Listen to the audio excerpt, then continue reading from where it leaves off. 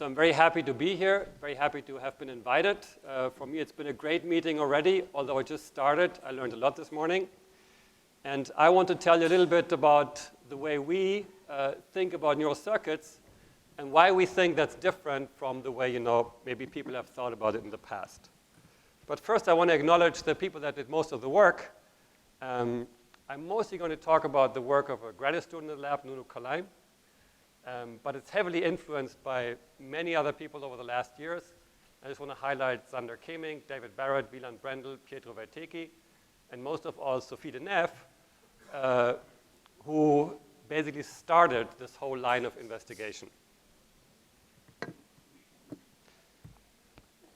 So I'm going to start with a bit of a cartoon model of the field. So I'm going to argue that in many respects, the standard model of a neuron is the following. It's a simple model in which a neuron receives a bunch of analog inputs. These would be the firing rates of presynaptic neurons. They go through some kind of static nonlinearity. That could be a sigmoidal nonlinearity. It could be a threshold linear function. And then it has an analog output. Now, this neuron model is very, very old. Okay, it comes from the 40s. It has been modified in many respects. But it's still a model that is around today, not just for people that use artificial neural networks, but also very much in neuroscience. And the cool thing about this model is that it has been extremely successful, mostly in the type of approach that you may call a top-down approach, where you try to build a neural network that actually does something, that produces some type of function.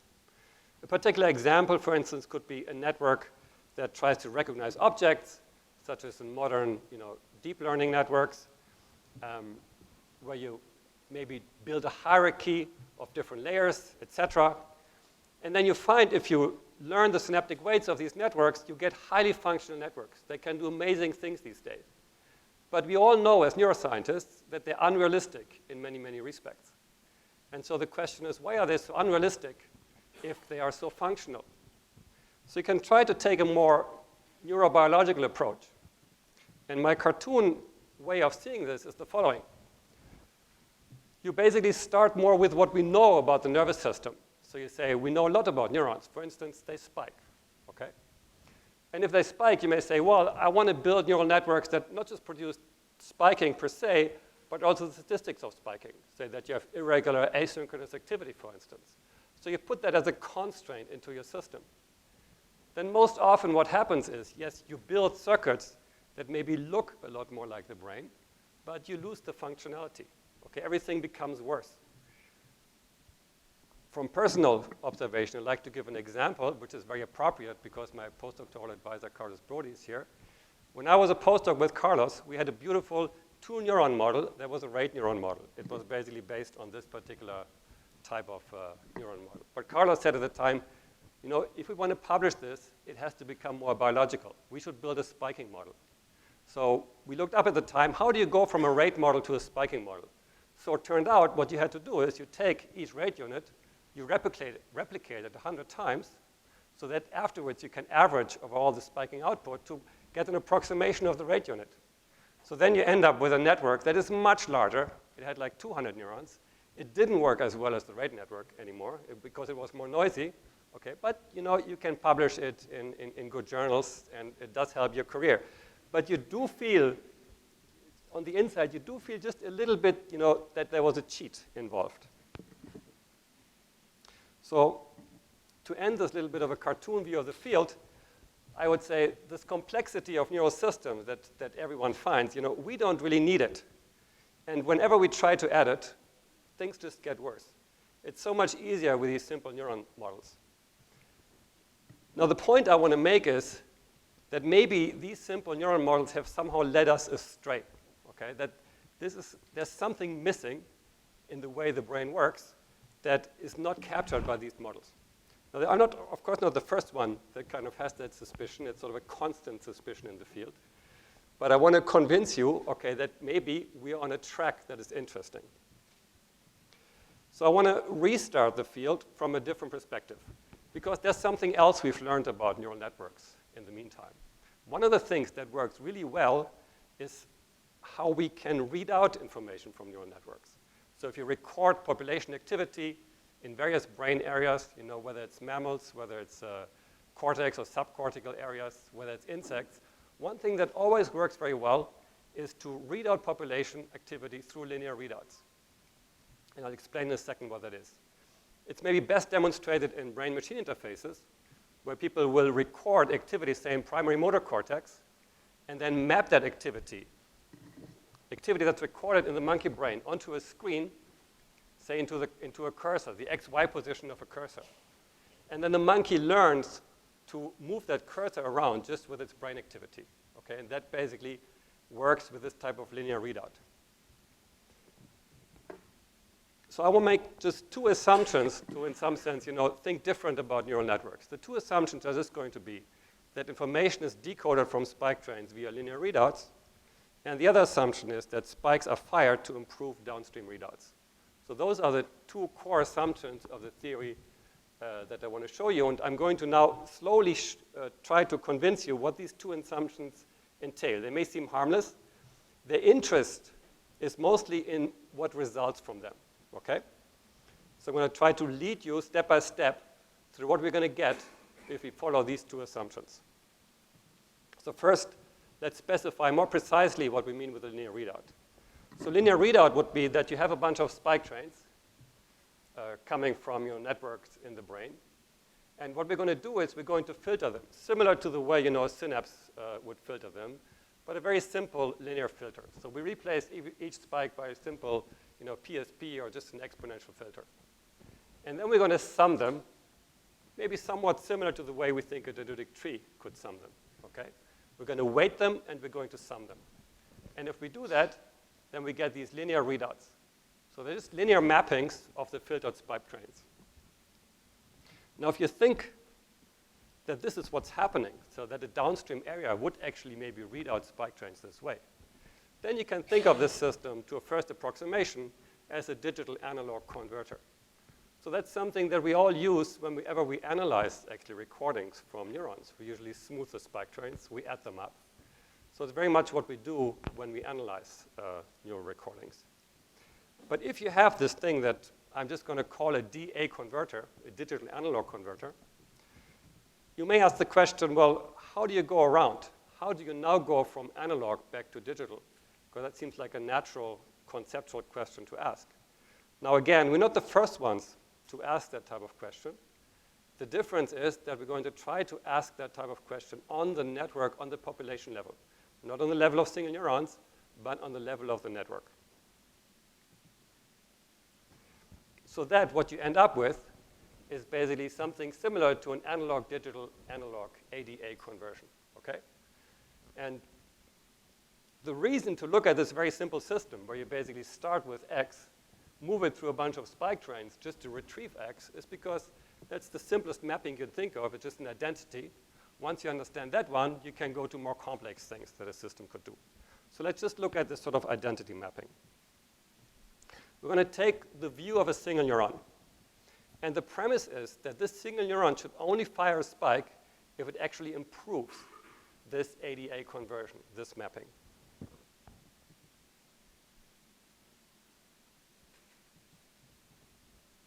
So some time ago, I discovered that you can do fancy animations with Keynote. So imagine that this neuron basically receives two inputs, X1 and X2, two analog inputs. And you're neuron number I, and you're supposed to say, okay, should you spike or should you not spike? Imagine this is the readout that the population, that you get from the spike trains of the population at this particular time point. And at this time point, you should now ask, what happens if you spike? Now, if you spike, you are going to change the downstream readout. In fact, if you spike, there will be a jump in the readout in the way we phrased it mathematically. So there will be a small jump in the readout here. This jump can be visualized in a two-dimensional signal space. So here you have the signal X1 and the signal X2, and that's the location of the signal that you're trying to represent. X hat, the readout, is down here. If you spike, then the readout moves from down here closer to the signal. So if the readout is down here, then obviously it's a good idea for you to spike. On the other hand, if you imagine that the readout was up here, then spiking would not be such a good idea because you'd move further away from the readout.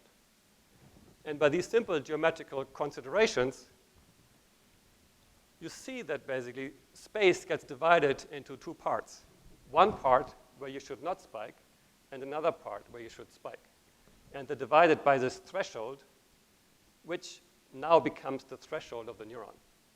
Now, since it's the threshold of the neuron will generally spike whenever a threshold is reached.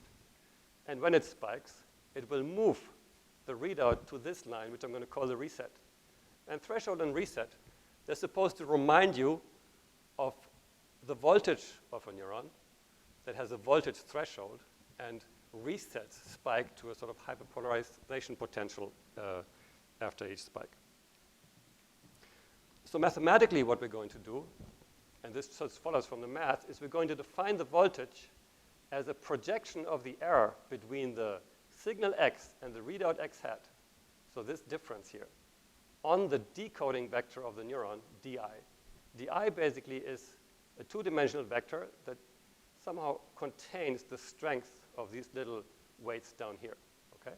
And it always leads to the same jump of the readout x hat. So the first conclusion that we therefore draw is that the voltage in this system has to measure something akin to a coding error.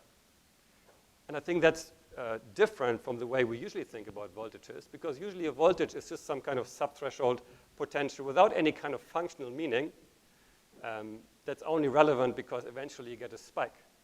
But so here we say the voltage is actually a quantity that is very important. It measures a coding error, okay? And I'm very happy to see that, you know, there is actually now technology to measure voltages, because in some sense they may be very informative about what a system does. So following this through, imagine you have these two inputs here, these two input signals. The neuron is now going to fire spikes whenever you reach this threshold. The spikes are going to lead to a change in the readout, and the voltage can be understood as the difference between the readouts and the inputs. Biophysically, the way you can imagine this happens is that these two inputs are like currents that flow through the dendrite of the neuron. The neuron fires, changes the readout, and the readout is now subtracted from these inputs. And because you subtract the readout, what the neuron effectively sees is the error between the readout and the signal, okay? And now it represents, or it keeps that error in check. Now, since there's only one neuron, you can only represent the input that is shown here, but when the input changes, you see that the neuron actually fails to properly code for the input. Now, the reason is that we really have only one neuron, and one neuron can only bound the error in one direction. But if we introduce more neurons, let's say we introduce a second neuron, now we can bound the error in another direction. All we have to do is we have to say this second neuron has a different set of readout weights, a different set of decoding weights, so that now the neuron bounds the error in that direction. Whenever the readout moves across this threshold, the neuron will fire and bring the readout back. And by putting in more neurons, you can now bound the error in all directions. Okay, now we have 5 neurons, so we can bound the error in all directions, and the readout will stay within this bounding box. And therefore, the error is limited by the size of this bounding box, which in this case is just a pentagon. Then you can, biophysically, what we do is we just replicate the green neuron, so that we have now 5 neurons. The only thing that changes is that they have different decoding weights. So they receive different different weightings of the two input signals, and they contribute in different ways to the readout.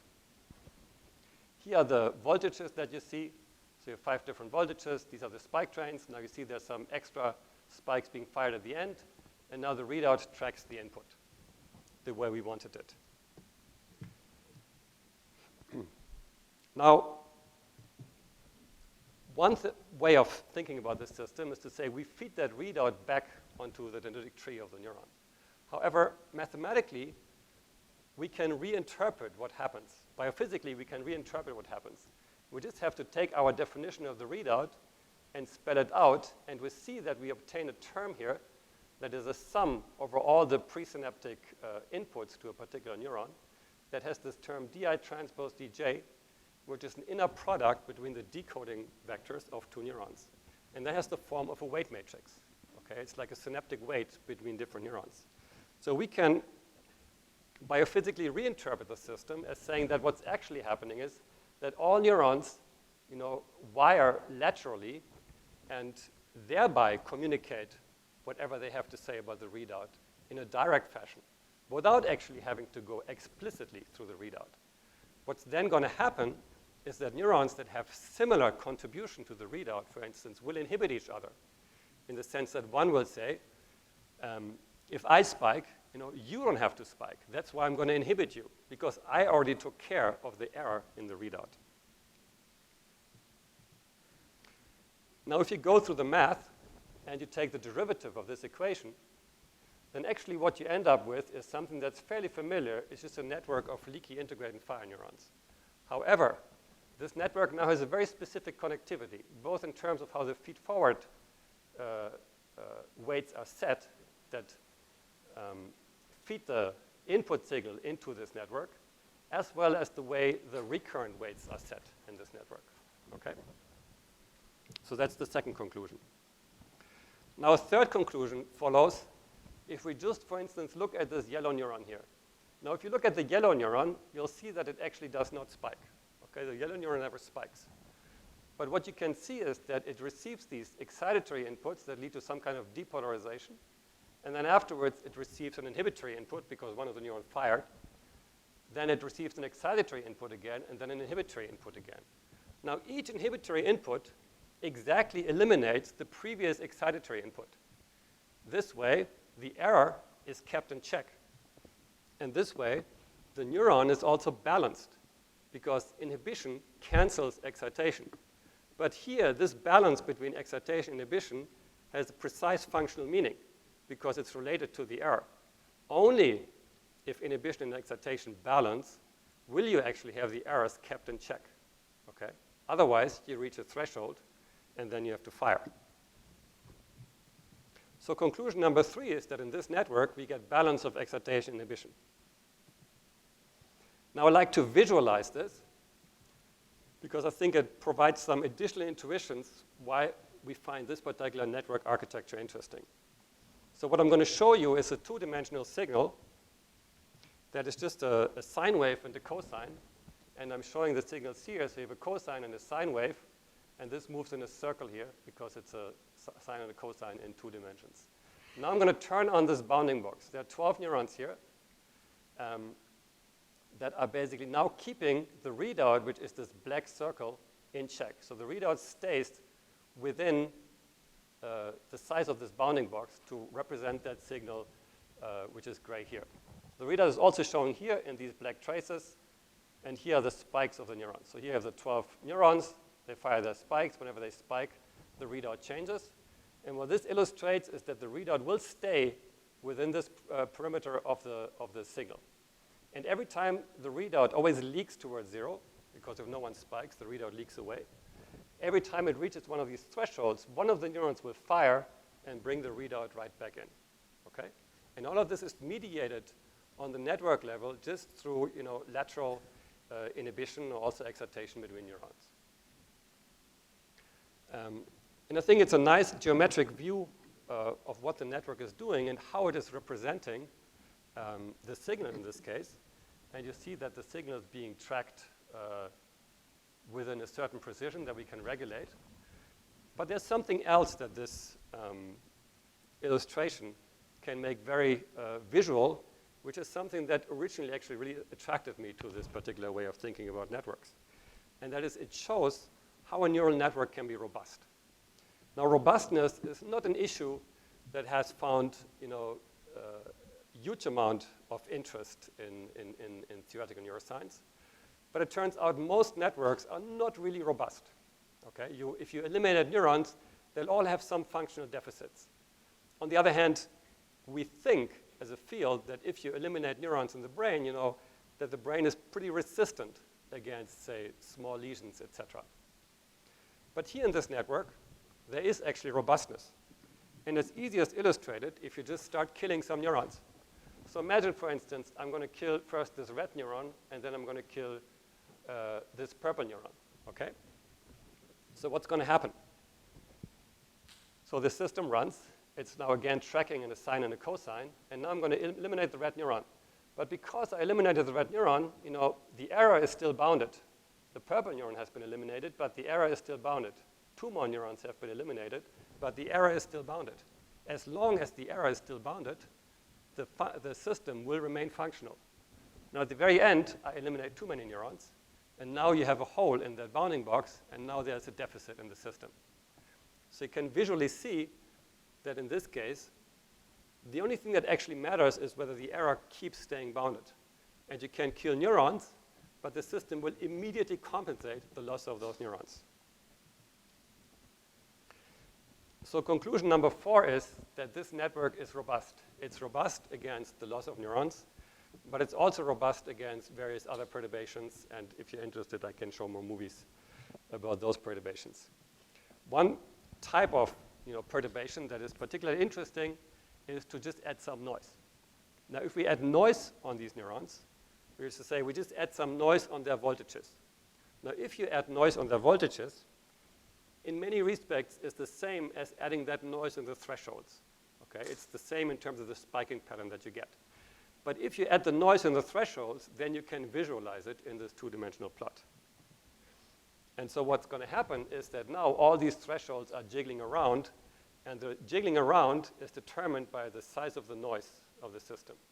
And you can immediately see how much noise the system can tolerate. Because if there's too much noise, the bounding box crashes, and then you can no longer track the error properly. Now, one of the consequences of adding noise to the system is that if you run the same trial twice, the spike pattern will change, okay? Because small changes in the precise shape of the bounding box will lead to potentially very different spike patterns. And that is illustrated here, where I'm now basically showing you, in some sense, 2 trials of the same simulation, and you see 2 different spike patterns evolving. In both cases, the actual final readout tracks the signal with exactly the same error, okay? However, the spike patterns that you get on the population level are different. What's most interesting about it is if you start looking at the spike patterns on the level of individual neurons. So here, for instance, look at this purple neuron. The purple neuron fired 2 spikes in the first run and 4 spikes in the second run. In the first run, you had the red neuron firing 2 spikes. In the second run, it was actually not firing any spikes. Same problem with the yellow neuron. So what you get, even in this very simple system, is high trial-to-trial variability of individual spike trains. But the important thing here is that even though this little bit of noise that we added on the voltages really got amplified on the level of single neurons, once you read out the actual signal at the population level, all that noise is gone, okay? Well, mathematically speaking, it's not exactly gone, but basically it's really eliminated.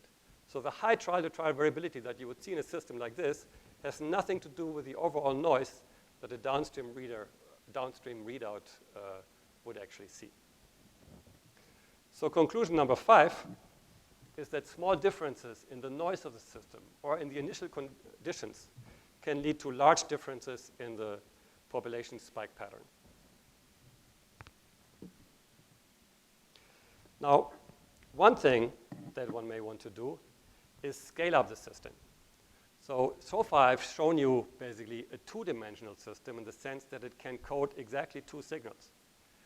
Now, as theoretical neuroscientists, we really like those toy systems, where you have like 2 or 3 or 4-dimensional signals because they're somehow easy to understand. But of course, one of the things you need to do is you need to scale this up to think more about realistic systems that are much bigger. So visually, I can only scale it up into 3 dimensions. But I did go through the trouble at some point of doing that, so I have to show the movie. And so this is what the bounding box would look like in 3 dimensions. So here, each neuron is now a face of this object, which is called a polyhedron or a polytope. And whenever the readout, which is this black trajectory that moves around here, hits one of those faces, that neuron fires a spike, and the readout jumps right back into this bounding box, okay? But what you really have to think is that this bounding box in a realistic system, let's say, primary visual cortex or hippocampus, to the extent that we can extend these ideas to these systems, would have to be something like 100-dimensional, 200-dimensional, maybe 1,000-dimensional, okay? And that's the kind of object that we, in this case, would be investigating. So I've basically shown you this very simple architecture that can do analog, digital, analog. I think the reason it's interesting is because it has several intriguing properties that you find in real neural systems, such as, asynchronous, irregular activity if you scale it up, excitatory, inhibitory balance, robustness, etc. But of course, all we've done is we've taken a signal, moved it into a bunch of spike trains, and we get the same signal out. So what you may wonder about is, so how are you supposed to compute with this system, okay? And so there are two ways of thinking about them. One is the one that we maybe have explored so far the most, and that is just to say, well, if the computations, if the system basically uses analog, digital, analog, then whenever you want to do a computation, you literally have to put it into this analog realm. So into, say, the dendritic tree or the synapses. So, and then you can basically, build linear dynamic systems, nonlinear dynamic system. The limit is basically what you think a dendrite can do. So we generally think that dendrites can do stuff. And I would say it's sort of an attractive feature of the theory that it suddenly requires some space for dendritic computation, which wasn't really necessary in the sort of classical neural network theory.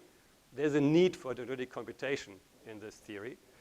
And the overall amount of computation you can put in a dendrite will basically limit whatever a network is able to do, okay? And so you can follow down this path, and we've done that in the past, both in terms of just analyzing linear dynamic system, also in the question of how to learn them. Another possibility, which is slightly more crazy, but maybe I find it, even more attractive, is to reinterpret what I just showed you as a solution to a constraint optimization problem, which is called quadratic programming. Because really, there's a totally different way of looking at this, which is not analog, digital, analog, but to say what we actually have is there's a region in space that is bounded through a set of constraints. Each neuron basically is a constraint, okay? And we would call that the feasible region, which in this case, in the example I showed you, was the bounding box. That's the feasible region.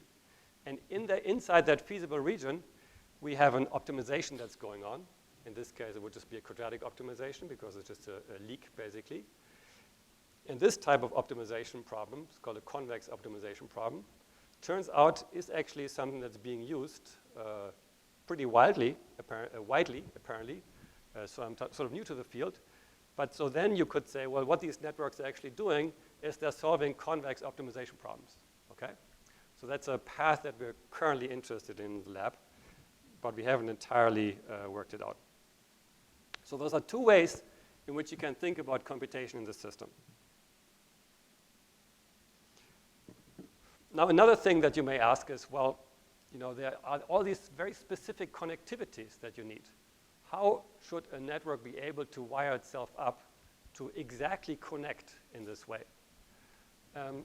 But it turns out, these connectivities can actually be learned, and you can even prove mathematically that you'll end up exactly with these types of connectivities. The connectivity in this case is learned to match the statistics of the inputs, okay? So that would be the goal. So you say, there's something I learned about the input, which is statistics, and I find the type of decoders that are optimal for this type of statistics that has been done in the past, for instance, by Bruno Olshausen and David Field in terms of sparse coding for V1. And you can map this framework onto this network and find an equivalent learning rule for basically the recurrent connectivities. And the learning rule turns out to be a type of STDP, which just depends on the presynaptic spikes and the postsynaptic voltages. And the target of learning is to actually minimize voltage fluctuations, so to get the system into the most balanced, the most possibly balanced state. So I'm not going to go into the details of this. I'm just citing our archive paper. What I rather want to talk about, in the time that is remaining, is some predictions that the system makes. And the reason we're particularly interested in the prediction is, in some sense, the fear of a theorist. Because I'd say for us, it's a very attractive theory. And I see many things that can be done and many papers that can be published. But I also see the possibility that 10 years from now, some experimenter is going to come along and basically prove that it's all wrong. And then you have like 10 years, worth of work that all goes down the garbage. So we'd like to shortcut this by basically, make predictions at this point. And we're currently working with experimenters to try to test those predictions. That hasn't been entirely done yet because it's also a bit complicated, but that's what we're working on. But just to give you a feeling for the type of predictions that we're making. So imagine you scale the system up, and we use a sort of standard system that we know a lot about, which would be the primary visual cortex. The first thing that you'd have to ask yourself is, so you could just learn it, but we work with laptops, so practically speaking, we can't learn it. The simulations are too slow, so we just design it. And we design it by saying we take the decoding weights to be something similar to the type of decoding weights you find from a sparse code, so from natural images that are learned to satisfy basically a sparse code, which are similar to V1 receptive fields. And we take something like 400 neurons or 300 neurons that basically have these type of receptive fields, and these are the decoders of the system. Once we have the decoders, we can set up the whole connectivity. That saves the learning step. Once we have the connectivity, we can just simulate the system. And here's a simulation that is shown. So what we're going to do is we're just going to present gratings, because that's very popular in the visual domain. We're going to represent moving gratings to this network. And here you have the direction of the different gratings. This is the response of all of the neurons. In this network, there are 288. And you see that these neurons have preferred directions that basically cluster all kinds of stimulus directions. You may also see that some directions, such as the one at 0 degrees, are a bit overrepresented. That's just because in natural images, horizontal lines occur more often than lines of other directions. Now, once we have this system set up, we can make a simple prediction. That is, how are firing rates going to change if you eliminate a couple of neurons? Because what we know is that whenever you eliminate neurons, the rest of the system will try to compensate for the loss of those neurons to reestablish the linear readout so that a downstream observer does not have to change any way in which it reads out the information from that system, okay? And so we eliminate here a bunch of neurons that essentially have tuning around 0 degree stimulus direction. That's their preferred tuning. And then we observe the change in firing rate of the rest of the circuit, okay? Now, the change in firing rate here is quite complicated because this circuit is not a circuit that only cares about stimulus direction. It's not a one-dimensional system. It's a system that works with 12 times 12 image patches, so it's a 144-dimensional system. The bounding box is 144-dimensional. The compensation takes place inside that 144-dimensional space, but we can still see hallmarks by just looking at one dimension. One of the hallmarks we see is that most of the changes here, although it's hard to predict exactly which neuron will change because it's all based on these receptive fields, the changes will mostly occur around stimulus directions that are 0 degrees. And that is because there are now less neurons that represent these stimulus directions. So you will have changes along these stimulus directions. And we can compare that to an older set of experiments that's more than 20 years old from Crook and Eisel, because they actually did that in CAT V1. What they did is they knocked out direction columns. So cats have more direction columns rather than orientation columns. They knocked out direction columns. So they record the multi-unit activity in a direction column. That's the multi-unit activity. You see this direction column is tuned to 30 degrees. And then this column gets knocked out by GABA in this case, by injecting GABA in the system. Here you have a neuron tuning in a neighboring column. This is before the knockout, and this is while this column is knocked out. And you see that this neuron's tuning changes in the direction of the knocked out column, okay? So you see that overall the tuning curve changes, but it specifically changes roughly in the direction of the knocked out column. Here's another example. This is the knocked out column. This is a neuron in a neighboring column that you record, a single unit, and you see that during the knockout, the tuning of the neuron develops this extra bit here, which is exactly in the direction of what was knocked out. And this is a third example. Again, this is the knockout. This is a neuron that's recorded. In this case, its tuning just amplifies in the direction that was being knocked out. So there are many possible explanations of why that happens. You can explain it through lateral inhibition, excitation, etc. But there's also just this very functional explanation that we're proposing, which is actually what the circuit is doing. It is trying to reestablish the representation of the visual stimulus. And that's why you have these specific changes. And so here are 3 neurons from our simulation that are basically handpicked to look as much as possible like these data. And one of the interesting things about this data, by the way, is that this is really one of these papers where they essentially show you all the units they recorded. So they don't do a lot of population statistics. They just really show you the raw data in some sense. So this is the knockout. This is a tuning of a neuron before, and this is a tuning after. And you see that afterwards, you know, the tuning changes in the direction that was being knocked out. Here you can have a knockout. This is the tuning before. You see there's a little bit of tuning here in this direction that then amplifies once the system is knocked out. Again, the knockout, tuning of a neuron, and again, it amplifies once the system is knocked out. So qualitatively, we do match these experiments. However, there's a stronger prediction that we make, which we cannot test with this data. So one aspect of the prediction is that this is really a population level phenomenon. And just looking at single neurons, you know, can potentially be deceiving, okay? Things can look good at a single neuron level, but they may still look bad at the population level. So we don't have the data at this point to check that. But another really important prediction is that this compensation should be instantaneous.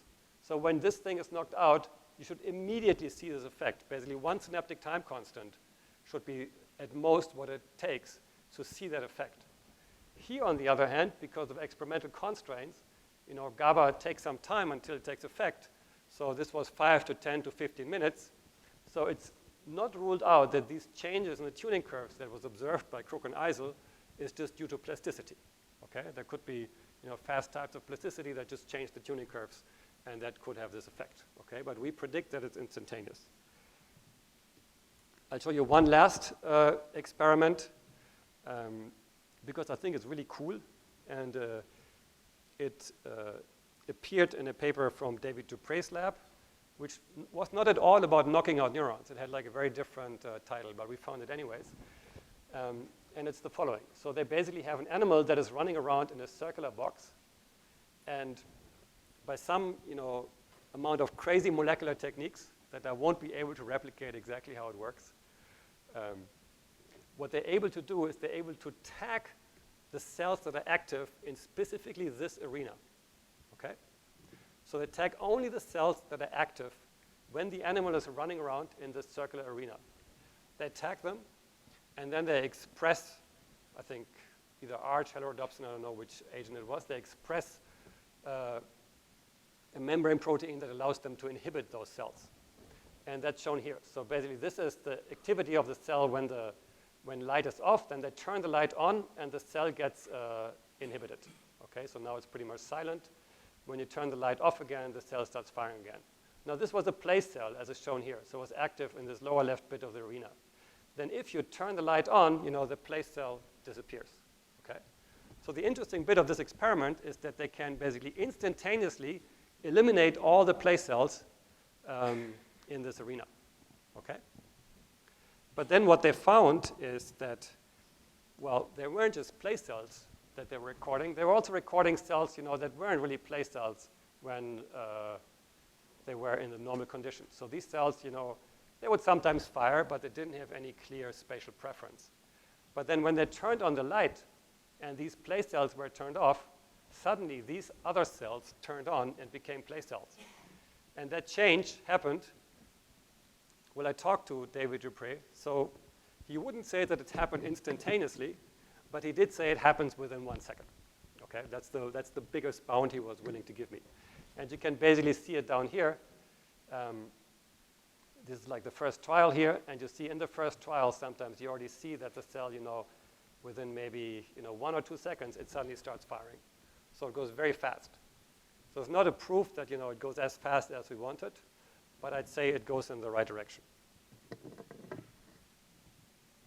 So to summarize this whole theory is really just based on 2 assumptions. So one of the advantages is, it's principled. If it turns out to be wrong, one of those 2 assumptions must be wrong. One assumption is that, we can read out these analog signals directly from spike trains, where analog signals could be anything. It could be, cursors on a screen of a monkey that's moving those cursors. It could be, visual information. It could be motor signals. It depends on the system that you work in. And then we say that we built this ADA converter, and the key thing we say is that spiking occurs such that the discretization error that you make in the end is limited, okay? That discretization errors be bounded. Now, from these 2 assumptions, we derive our results. The results are that, you will have some quantity that resembles a membrane voltage, which is going to represent a projection of the coding error. Neurons are coupled and leaky spiking units. Excitatory and inhibitory currents are approximately balanced. Networks are robust against many perturbations. Individual spike lengths are irregular, asynchronous, and unreliable. I didn't show this, but I'm just going to claim it, and I gave you the citation. The network can be learned from scratch and endowed with computations. And our prediction is that neural circuits will instantaneously compensate neuron loss. And now that we know, how much progress there has been made in terms of measuring voltages, we'll have to rethink whether we cannot make some other predictions with respect to the voltages. Okay, thanks very much for listening.